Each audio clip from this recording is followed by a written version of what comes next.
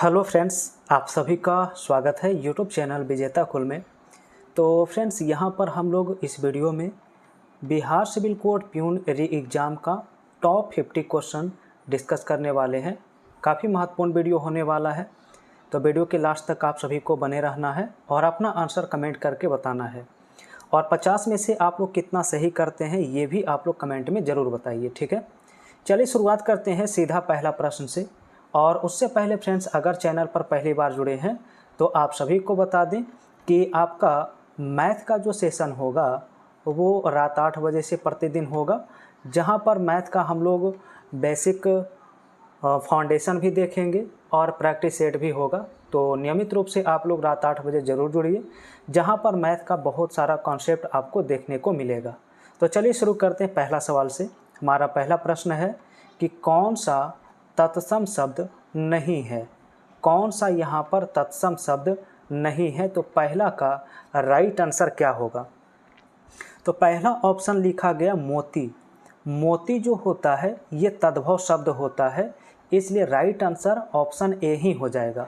मोती तद्भव शब्द होता है। अब क्वेश्चन बन सकता है एग्जाम में कि मोती का बताइए तत्सम शब्द क्या होगा। तो क्वेश्चन में याद रखेंगे, मोती का अगर तत्सम शब्द पूछा जाएगा तो मौक्तिक होता है। इसका तत्सम शब्द क्या होता है? तो याद रखेंगे मौक्तिक। इस प्रकार से आपको इसका तत्सम शब्द याद रखना है। ए ऑप्शन राइट होगा, ठीक है। चलिए दूसरा प्रश्न यहाँ पर फ्रेंड्स इस प्रकार से लिखा गया है। लिखा है जलधि का हिंदी पर्याय क्या होगा, ठीक है।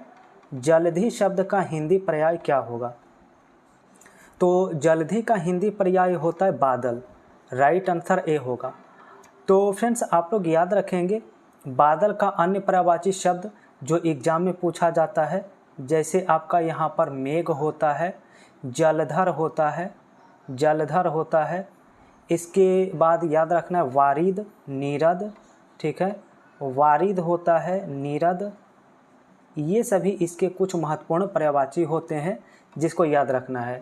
इसके अलावा पयोद, पयोधर, धराधर, बारिधर, ये सभी बादल के पर्यायवाची हैं, ठीक है। चलिए अगला सवाल 3 है और 3 नंबर क्वेश्चन में लिखा गया है मोक्ष की इच्छा रखने वाला के लिए एक शब्द बताइए।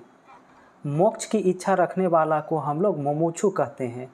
आंसर इसका ए होगा राइट आंसर, ठीक है। जबकि पहला ऑप्शन में मुमूर्षु लिखा है, तो मुमूर्षु का याद रखना है मरने की इच्छा रखने वाला को क्या कहते हैं? मरने की इच्छा रखने वाला को मुमूर्षु कहा जाता है। नेक्स्ट क्वेश्चन 4 है। लिखा है कि वर शब्द का लिंग बदलिए क्या होगा। तो इसका स्त्रीलिंग जो होता है, वर का स्त्रीलिंग वो बधू होता है और बधू लिखना सी ऑप्शन में राइट होगा, ठीक है। नेक्स्ट क्वेश्चन 5 दिया गया है। लिखा है उपयुक्त का समास चयन करें। माता पिता में कौन सा समास है? तो फ्रेंड्स माता पिता का दोनों पद प्रधान है यहाँ पर, इसलिए इसे हम क्या कहते हैं? द्वंद्व समास कहते हैं। आंसर इस सवाल का ए ऑप्शन होगा। नेक्स्ट सवाल लिखा है कि कौन सा शब्द समूह के अन्य शब्दों से भिन्न है? भिन्न वाले का चयन करें। तो यहाँ पर आप ध्यान से अगर देखेंगे तो पुष्प, प्रसून और सुमन, ये तीनों जो होते हैं ये फूल के पर्यायवाची होते हैं। जबकि राजीव जो होता है, राजीव होता है कमल का पर्यायवाची। तो सबसे अलग कौन सा हो गया है इसमें? ऑप्शन सी हो गया, राजीव हो गया है। कमल के अन्य पर्यायवाची याद रखना है, बहुत बार एग्जाम में आता है। पंकज पूछा जाता है किसका पर्यायवाची है? तो कमल का होता है। पंकज, अरविंद, शतदल, नलिन, ठीक है। इसके अलावा सरोज, पद्म, ये सभी कमल के क्या है? पर्यायवाची हैं। चलिए अगला सवाल फ्रेंड्स 7 है। लिखा है अभ्युदय का विलोम शब्द बताइए क्या होगा। अभ्युदय का सही विलोम शब्द यहाँ पर राइट आंसर सी होगा, पतन। राइट आंसर क्या होगा? पतन होगा। आप लोग कमेंट में बताइए उदय का उल्टा क्या है, उठना का क्या है, तैयार का क्या होगा। तो उदय का उल्टा अस्त होता है, उदय का उल्टा अस्त होगा। उठना का अपोजिट जो है वो बैठना होगा और तैयार का अपोजिट अनिच्छुक होगा, ठीक है। तैयार का अपोजिट क्या हो जाएगा? अनिच्छुक हो जाएगा। चलिए अगला प्रश्न दिया गया 8 नंबर में, लिखा इनमें से शुद्ध शब्द कौन सा है। तो यहाँ पर देखना होगा, शुद्ध शब्द पूछा गया है।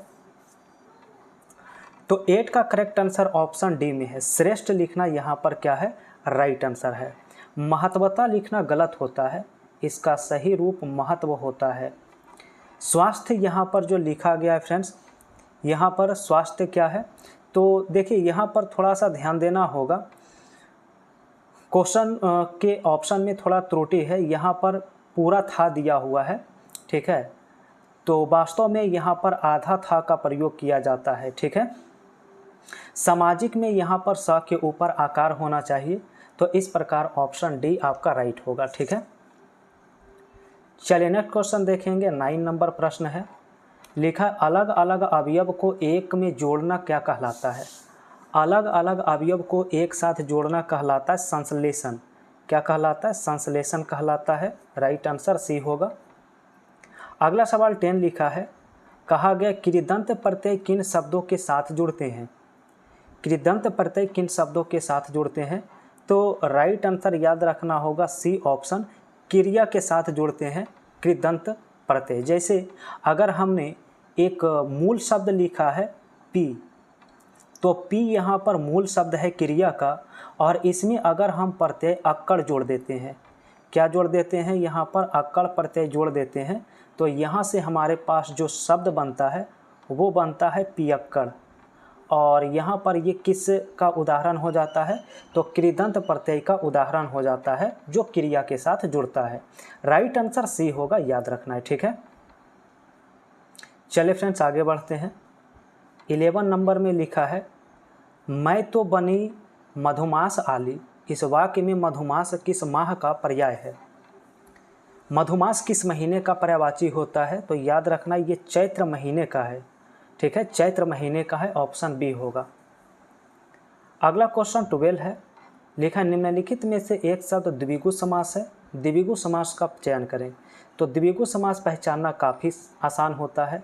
जिस समास का प्रथम पद अगर संख्यावाची हो, संख्या हो, तो वो आपका द्विगु समास कहलाता है। जैसे यहाँ पर ऑप्शन बी में सप्ताह लिखा गया है, 7 दिनों का समूह होता है, तो 7 यहाँ पर संख्या है। नेक्स्ट क्वेश्चन 13 है, लिखा है कामायनी किस प्रकार का ग्रंथ है। कामायनी किस प्रकार का ग्रंथ है, तो ये महाकाव्य होता है। राइट आंसर सी होगा।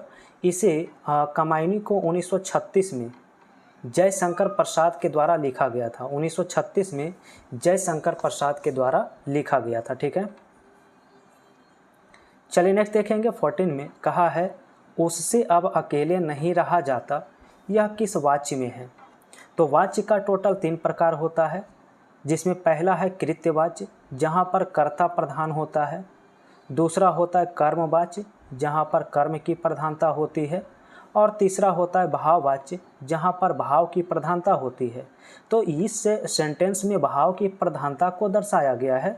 इसमें ना तो कर्ता प्रधान है, ना ही कर्म प्रधान है, इसलिए इसका राइट आंसर सी हो जाएगा, भाववाच्य इसका करेक्ट आंसर होगा। नेक्स्ट क्वेश्चन 15 दिया है, लिखा है राकेश का शुद्ध संधि विच्छेद करिए। राकेश का शुद्ध संधि विच्छेद होता है रा का जोड़ इस। याद रखना, रा का जोड़ इस होता है, जो कि ए ऑप्शन में दिया है। नेक्स्ट क्वेश्चन फ्रेंड्स 16 है, लिखा है निम्नलिखित में कौन सा युग्म शेष तीनों से भिन्न है, भिन्न वाले का चयन करें। तो पहला आपका दिया है पेयर, आना जाना, ये बिल्कुल सही लिखा गया है। धन दौलत एक साथ लिखा जाता है। तीसरा लिखा है दीन धर्म, जो कि गलत है। तो दीन धर्म नहीं होता, बल्कि यहाँ पर दीनहीन होता है। क्या होता है, दीनहीन होता है, इसलिए हमारा राइट आंसर ऑप्शन सी हो जाएगा, ठीक है, ऑप्शन सी हो जाएगा। नेक्स्ट क्वेश्चन 17 नंबर प्रश्न है, लिखा है चारपाई पर भाई साहब बैठे हैं। इस वाक्य में चारपाई शब्द किस कारक में है। तो अब ध्यान देना होगा कि चारपाई पर, तो पर जो विभक्ति होता है वो अधिकरण कारक की होती है, क्योंकि अधिकरण कारक की विभक्ति होता है में पर। तो इस सवाल का राइट आंसर क्या करना होगा, ऑप्शन सी करना होगा right answer. Next question 18 number प्रश्न दिया गया है। क्वेश्चन लिखा है कि रहीमन जो गति दीप की, कुल कपूत गति सोए, बारे उजियारे लगे बढ़े अंधेरे होए, इस दोहे में कौन सा अलंकार है? तो फ्रेंड्स इस दोहा का जो भावार्थ है, इसका अर्थ है कि जिस प्रकार दीपक के जलने की गति से तेल समाप्त हो जाता है, उसी प्रकार एक बुरा पुत्र संपूर्ण कुल का नाश कर देता है। अब कुल मिला के यहाँ पर अलंकार पूछा है, तो याद रखेंगे कि अगर एक ही शब्द का अनेक अर्थ अगर निकल रहा हो, पंक्ति में एक ही शब्द का अगर अनेक अर्थ निकल रहा हो, जैसे गति यहाँ पर 2 बार प्रयुक्त हुआ है और ये दोनों का अर्थ अलग अलग सेंस में है, तो वहाँ पर होता है सलेस अलंकार। कौन सा अलंकार होता है? सलेस अलंकार होता है। राइट आंसर ए होगा। चलिए अगला प्रश्न 19 है। कहा है जो आँखों के सामने घटित नहीं हो उसे क्या कहते हैं? जो आँखों के सामने घटित नहीं हो तो उसे हम लोग कहते हैं परोक्ष। ऑप्शन बी हो जाएगा। ठीक है। नेक्स्ट क्वेश्चन 20 है। लिखा है विभावरी किस प्रकार के शब्द हैं? ठीक है। तो विभावरी जो होता है ये तत्सम शब्द होता है, और विभावरी का अर्थ जो होता है, विभावरी का वो रात होता है इसका अर्थ। ठीक है। 21 में लिखा है कि हवन में जलाने वाली लकड़ी के लिए एक शब्द बताइए। हवन में जो लकड़ी जलाया जाता है उसे क्या कहते हैं? उसे हम लोग समीधा कहते हैं। राइट आंसर सी होगा। चलिए अगला सवाल 22 है। लिखा है घोड़दौड़ शब्द किन 2 पदों के योग से बने हैं? घोड़दौड़ किन 2 पदों के योग से बने हैं? तो घोड़ा प्लस दौड़। आंसर इस सवाल का ए करना होगा। ठीक है। चलिए अब देखिए फ्रेंड्स अगला सवाल है 23। लिखा निम्न में से हाथी का पर्यायवाची शब्द कौन नहीं है? हाथी का पर्यायवाची इनमें देखा जाए तो द्वीप, द्विरद, सिंधूर होता है, बट तरनी नहीं होता। तरनी यहाँ पर जो है ये नाव का पर्यायवाची होता है, तो इसलिए सही आंसर सी होगा। इसके बाद 24 में देखिए कहा है किंग कर्तव्य विमूढ़ होना, इस मुहावरे का अर्थ क्या है? किंग कर्तव्य विमूढ़ होना, तो इसका मतलब है कि अनिश्चितयात्मक स्थिति होना। आंसर इस सवाल का डी करना होगा। नेक्स्ट 25 है। लिखा है तालू में जीभ ना लगना, इस मुहावरे का अर्थ क्या होगा? तो तालू में जीभ नहीं लगना मतलब होता है चुप नहीं रहना। राइट आंसर सी हो जाएगा। इसके बाद अगला सवाल 26 है। कहा है कि 6 वर्ण किन वर्णों के संयोग से बने हैं? तो 26 का करेक्ट आंसर जो होगा फ्रेंड्स वो आप सभी का ऑप्शन सी हो जाएगा। क्या हो जाएगा? ऑप्शन सी हो जाएगा। नेक्स्ट क्वेश्चन 27, और यहाँ पर लिखा है कि निम्नलिखित में से शब्द की वर्तनी किसका अशुद्ध है? अशुद्ध वर्तनी का चयन करें। तो अत्याधिक लिखना ऑप्शन सी में गलत है। अशुद्ध यहाँ पर अत्याधिक है। यहाँ पर फ्रेंड्स होता है अत्यधिक। क्या होता है? तो अत्यधिक होता है। तो इस सवाल का राइट आंसर क्या होगा? ऑप्शन सी होगा। ठीक है। नेक्स्ट क्वेश्चन 28 में लिखा है किसी विषय की पूरी छानबीन किए बिना निर्णय देना ठीक नहीं, इसके लिए एक शब्द बताइए। किसी विषय की पूरी छानबीन किए बिना निर्णय देना ठीक नहीं है, तो इसे हम लोग विश्लेषण कहेंगे। विश्लेषण इसका राइट आंसर होगा। नेक्स्ट क्वेश्चन 29 और 30 के लिए अनेक शब्द का एक शब्द पूछा गया है। तो 29 में है कि जिसके समान कोई दूसरा नहीं है उसे क्या कहते हैं? जिसके समान कोई दूसरा नहीं है उसे हम लोग अद्वितीय कहते हैं। राइट आंसर सी होगा। नेक्स्ट 30 नंबर प्रश्न है। लिखा है कि मास के किसी पक्ष की 15वीं तिथि को क्या कहते हैं? तो 15वीं तिथि को अमावस्या कहा जाता है। तो इसका राइट आंसर क्या हो जाएगा? अमावस्या। क्वेश्चन 31 है। लिखा है हथियाना, चिकनाना किस प्रकार की क्रिया है? ठीक है। तो फ्रेंड्स यहाँ पर आप देख रहे होंगे कि हथियाना जो है इसका मूल शब्द हाथ है, और हाथ एक क्या है? संज्ञा है। तो अगर संज्ञा में कोई प्रत्यय जोड़ा जाता है तो उसे हम लोग नाम धातु क्रिया कहते हैं। क्या कहते हैं? नाम धातु क्रिया कहते हैं। इसलिए राइट आंसर ए होगा। चलिए अगला सवाल देखेंगे। 32 नंबर क्वेश्चन है, और यहाँ पर लिखा है पिताजी आ रहे हैं, सहारा दो। तो कौन सा यहाँ पर ऑप्शन भरना होगा? तो चूंकि पिताजी के लिए हमें आदर सूचक शब्द का यूज करना होगा, ऑप्शन सी लिखना होगा कि पिताजी आ रहे हैं, उनको सहारा दो। सी ऑप्शन राइट होगा। और अगला सवाल देखेंगे 33 है। लिखा है कि वीर शब्द का भाववाचक संज्ञा कौन सी होगी। तो वीर का भाववाचक जो बनता है वो वीरता भी बनता है और वीरत्व भी बनता है, दोनों बनता है। इसलिए आंसर इस सवाल का डी होगा, ए तथा डी दोनों। चलिए नेक्स्ट क्वेश्चन देखेंगे 34 होगा। लिखा है नेताजी ने कहा था तुम मुझे खून दो मैं तुम्हें आज़ादी दूंगा। इस वाक्य में कौन सा चिन्ह लगा हुआ है। तो देखिए यहाँ पर जो आपका इन्वर्टेड कॉमा जो लगाया गया है, हिंदी में इसे हम लोग क्या कहते हैं, उद्धरण चिन्ह कहते हैं। करेक्ट आंसर क्या हो जाएगा, सी ऑप्शन हो जाएगा, उद्धरण चिन्ह। ठीक है। और क्वेश्चन नेक्स्ट है 35। लिखा इनमें से कौन सी देवनागरी लिपि वर्ण ध्वनि नहीं है। तो फ्रेंड्स आप याद रखेंगे ग्रीवा कोई ध्वनि नहीं होती है व्याकरण में, तो इसका करेक्ट आंसर ए ऑप्शन हो जाएगा। मूर्धा ध्वनि जो होता है इसमें आपका ट वर्ग आता है, कंठ ध्वनि में क वर्ग आता है और दंतोष्ट में आपका व आता है। ठीक है। चलिए आगे बढ़ते हैं फ्रेंड्स। और ये देखिए आज का प्रश्न है जिसका आंसर आप सभी को कमेंट में बताना है। तो आज का प्रश्न है कि हम के विषय में कौन सा कथन गलत है। हम जो लिखा गया इसके बारे में बताइए कौन सा कथन गलत है। 4 ऑप्शन है, इनमें से जो सही लगता है इसका आंसर आप लोग कमेंट में बताइए। ठीक है। और फ्रेंड्स इसका आंसर आप लोग मैच कर सकते हैं, कल के कम्युनिटी पोस्ट में आपको इस सवाल का आंसर मिल जाएगा। आप लोग उस पोस्ट से अपना आंसर वेरीफाई कर सकते हैं। तो चलिए अगला अब यहाँ पर इंग्लिश का क्वेश्चन शुरू करेंगे। तो 36 से 50 तक आप सभी का जो होगा इंग्लिश का प्रश्न होगा। तो 36 में लिखा गया है select the antonym of melodramatic. Melodramatic का एंटो क्या होगा। तो सबसे पहले इसका हिंदी अर्थ समझते हैं कि मेलोड्रामेटिक का मतलब होता क्या है। तो इसका मतलब होता है नाटकीय। इसका हिंदी अर्थ क्या होता है, नाटकीय होता है। तो इसका करेक्ट आंसर डी हो जाएगा, नॉर्मल यानी कि साधारण। ऑप्शन डी राइट होगा। नेक्स्ट क्वेश्चन 37 दिया गया है जिसमें फिलर्स पूरा करना है। लिखा है the presentation was delayed the technical issue in the conference room. Conference room में टेक्निकल इशू होने के कारण प्रेजेंटेशन में देरी हुई थी। अब यहाँ पर देखिए के कारण, यानी कि यहाँ पर कारण का भाव निकल रहा है और कारण के लिए जो उचित वर्ड होगा यहाँ पर वो ड्यू टू होगा। तो ड्यू टू जो आता है कारण बताने के लिए आता है, तो ऑप्शन बी इसका राइट हो जाएगा। क्वेश्चन नेक्स्ट है 38 जहाँ पर एक इडियम्स लिखा है। सवाल है फुल ऑफ विंस। तो फुल ऑफ विंस का अर्थ होता है जोश से भरा हुआ। इसका हिंदी अर्थ क्या होता है फ्रेंड्स, जोश से भरा हुआ। तो इसमें कौन सा ऑप्शन राइट होगा। तो 38 का करेक्ट आंसर डी हो जाएगा, लिवली हो जाएगा।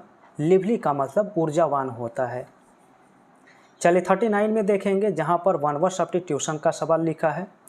और वन वर्ड सब्स्टिट्यूशन में है लिखा नॉट अलाउड डू और वी समथिंग। यानी इसका मतलब क्या है, किसी काम को करने से मनाही करना या फिर अयोग्य होना। किसी कार्य को करने की अनुमति नहीं होना या अयोग्य होना। तो इसके लिए सही आंसर इनएलिजिबल हो जाएगा। इनएलिजिबल यानी कि अयोग्य होना। करेक्ट आंसर सी होगा। इसके बाद 40 नंबर प्रश्न है जहां पर ग्रामेटिकल एरर बताना है, किस पार्ट में एरर है। ठीक है। लिखा है सवाल में, तो फ्रेंड्स यहाँ पर क्वेश्चन आपका आगे दिया गया है the work was divided among Ram and Mohan, no error. तो चूंकि यहाँ पर व्यक्ति की संख्या 2 है, राम और मोहन के बीच काम का बंटवारा किया जा रहा है। तो जब 2 व्यक्ति के बीच बंटवारा करना होता है तो यहाँ पर बिटवीन प्रीपोजिशन आता है, ना कि अमंग आता है। तो इसलिए अमंग हटाना होगा और बिटवीन प्रीपोजिशन यूज करना होगा। तो किस पार्ट में एरर हो जाएगा, बी पार्ट में एरर हो जाएगा। नेक्स्ट क्वेश्चन 41 है, यहाँ पर फिलर्स पूरा करना है।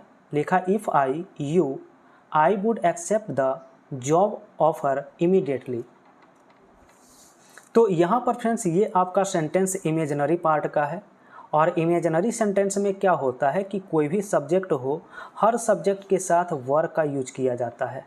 किसका यूज करते हैं? वेयर का यूज करते हैं। तो राइट आंसर इस सवाल का सी ऑप्शन हो जाएगा, वेयर हो जाएगा। ठीक है, और चलते हैं नेक्स्ट क्वेश्चन में। क्वेश्चन हमारा होगा 42। तो 42 में यहाँ पर सवाल लिखा है, साइनोनिम बताना फ्राजाइल का। ठीक है, तो फ्राजाइल का मतलब होता है क्षणभंगुर होना, जो आसानी से क्या होता है? टूट जाता है। क्षणभंगुर होना जो आसानी से टूट जाता है, अर्थात यहाँ पर फ्रेल इसका बिल्कुल सही आंसर है, क्योंकि फ्रेल का अर्थ भी कमज़ोर ही होता है। ठीक है, नेक्स्ट क्वेश्चन 43 नंबर है, जहाँ पर एंटोनिम पूछा गया है। एंटोनिम में बताना है इम्पैशेंट का। तो इम्पैशेंट का मतलब होता है अधीर होना। क्या इसका होता है? अधीर होता है। सही आंसर इसका अपोजिट वर्ड में टॉलरेंट हो जाएगा, क्योंकि टॉलरेंट का यहाँ पर जो अर्थ होता है वो सहिष्णु होता है, शांत होता है, सहिष्णु होगा। ठीक है, नेक्स्ट क्वेश्चन 44, और यहाँ पर आप सभी से साइनो पूछा गया जस्ट का। जस्ट का साइनो क्या होगा? तो जस्ट का यहाँ पर अर्थ होता है उचित होना। क्या होता है? उचित होता है। तो राइट आंसर इसका क्या हो जाएगा इस सवाल का? तो फेयर हो जाएगा, क्योंकि फेयर का मतलब भी क्या होता है? उचित होता है। नेक्स्ट क्वेश्चन 45 दिया गया है, जहाँ पर फिलर्स पूरा करना है। ठीक है, तो इसमें फिलर्स पूरा करिए। कहा है कि when the news of the Covid vaccine came everybody in house was. जैसे ही कोविड वैक्सीन आने के बारे में लोगों की जानकारी मिला, सूचना मिला, सभी लोग इससे बहुत ही उत्साहित हैं। तो इसलिए यहाँ पर हमें जो ऑप्शन भरना होगा वो एक्साइटेड भरना होगा, यानी लोग इससे काफ़ी क्या है? एक्साइटेड हैं। करेक्ट आंसर ए हो जाएगा। चलिए अगला 46 है। एक इडियम्स लिखा है वंस फॉर ऑल। सवाल क्या है? Once for all. तो इसका मतलब होता है निर्णायक रूप से। क्या होता है? अंतिम रूप या फिर निर्णायक रूप से।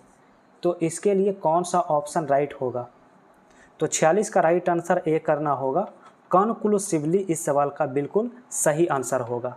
ठीक है, चलिए अब देखेंगे फ्रेंड्स 47 नंबर प्रश्न, जहां पर वन वर्ड सब्स्टिट्यूशन का ही सवाल पूछा है। क्वेश्चन लिखा है, ए ग्रुप और vehicle travelling together typically one accompanied by armed force. जिसे आप काफिला कहते हैं। सेना का जो काफिला होता है, गाड़ियों का जो झुंड होता है, काफिला होता है, तो इसे हम लोग क्या कहते हैं? तो कॉन्वॉय का यूज करते हैं। क्या यूज करते हैं? कॉन्वॉय। ऑप्शन ए हो जाएगा। नेक्स्ट क्वेश्चन 48 नंबर प्रश्न होगा, जहां पर एक फिलर्स पूरा करना है। लिखा है Indians plants like people and Tulsi secured and worship them. तो यहाँ पर कौन सा ऑप्शन जो है सही करना होगा? इसका हिंदी अर्थ है कि पीपल और तुलसी को लोग पवित्र मानते हैं। तो मानने के सेंस में हमें कंसीडर वर्ड यूज करना होगा। मानने के सेंस में कंसीडर यूज करेंगे, ऑप्शन सी होगा। अगला सवाल 49 है। यहाँ पर इनकरेक्टली स्पेल्ड वर्ड पूछा है। कौन सा स्पेलिंग इनकरेक्ट है? तो 49 का अगर देखा जाए, प्रोपेगेंडा जो लिखा है इसमें गलती है। तो प्रोपेगेंडा का सही स्पेलिंग जो होता है फ्रेंड्स नोट करेंगे, PROPAGANDA होता है। ठीक है, और अंतिम प्रश्न 50 है, जहाँ पर एक फिलर्स फिर से आ गया है। फिलर्स पूरा करना है। लिखा है कि there was never much between two sisters did not see eye to eye. यानी इसका हिंदी अर्थ देखा जाए तो दो बहनें हैं और दोनों का आपस में टकराव है, एक दूसरे की घनिष्ठता का अभाव है। तो इस सेंस में हमें रैपॉर्ट लिखना होगा। दोनों में घनिष्ठता का अभाव है, आपसी तालमेल का अभाव है। तो इसलिए यहाँ पर बी ऑप्शन इसका राइट जवाब है। ठीक है, तो फ्रेंड्स ये था आप सभी का हिंदी और इंग्लिश का टोटल 50 क्वेश्चन। मैथ का जो 35 सवाल होगा, मैथ का 35 क्वेश्चन के लिए आप सभी को लाइव सेशन में प्रतिदिन रात 8 बजे से जुड़ना होगा। रात 8 बजे से आप लोग बहुत ही अच्छे से प्रैक्टिस कर सकते हैं मैथ का। और मैथ का हम फ्रेंड्स टॉपिक भी लाने वाले हैं, बहुत सारा आपका टॉपिक भी बेसिक से पूरा लेवल डिस्कस करने वाले हैं। तो फ्रेंड्स आज का वीडियो आप सभी को कैसा लगा है कमेंट में बताइए। वीडियो अगर पसंद आया हो तो लाइक करिए, पहली बार जुड़े हैं तो चैनल को सब्सक्राइब करिए।